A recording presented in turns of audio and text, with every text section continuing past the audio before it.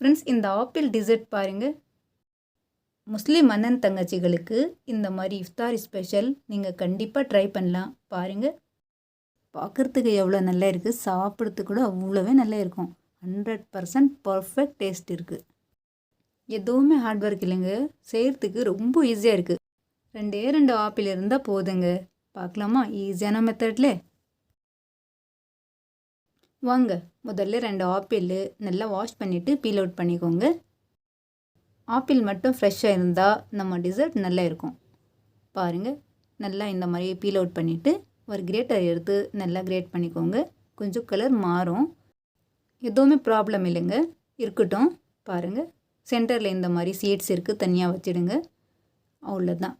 இப்போ வாங்க சீக்கிரமாக ஒரு பாத்திரத்தில் சும்மா பெரிய ஸ்பூனில் 2 ஸ்பூன் போதுங்க நெய் போட்டு நம்ம ஆப்பிள் கிரேட் பண்ணி வச்சோம் போட்டு சும்மா 5-6 நிமிஷத்துக்கு குக் பண்ணால் போதுங்க.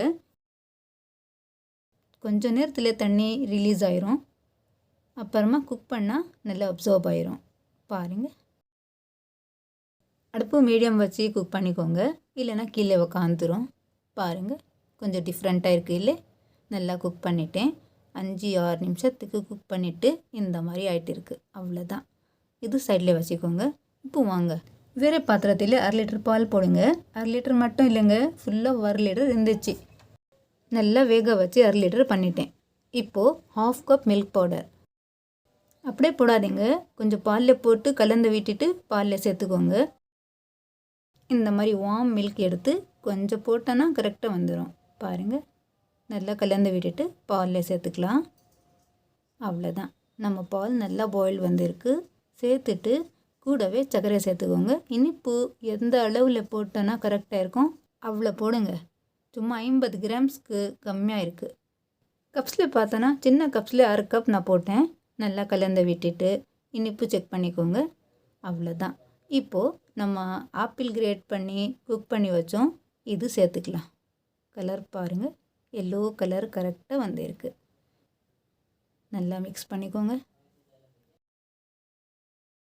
சர்க்கரை நல்லா கலந்து விட்டுட்டு சும்மா கொஞ்சமாக ஏலக்காய் தூள் சேர்த்துட்டு நல்லா மிக்ஸ் பண்ணிக்கோங்க.